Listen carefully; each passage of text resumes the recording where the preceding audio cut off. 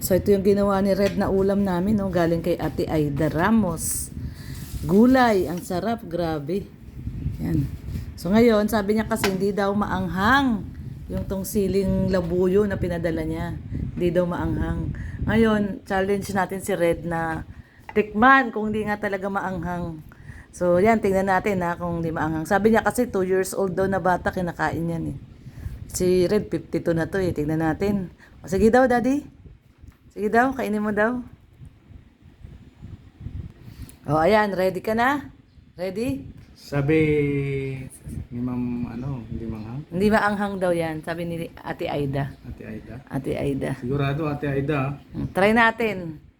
Sige daw, try. Pagka pwede itong pwede itong lagay sa mata pag di manghang. Hindi, tikman mo lang. Sige daw.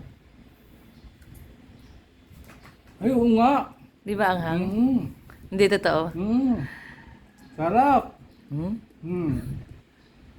Pati nga, kinakain mo? Mm. Nasaan na? Ay, ayun. Sarap. Di nga manghang. Ha?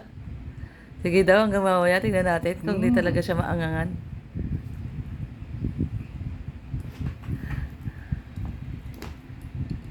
Kinakain nga niya. Di manghang. Di siya maanghang talaga, Daddy. Mm. Ayoko, baka niloloko mo ako eh. Di siya maanghang?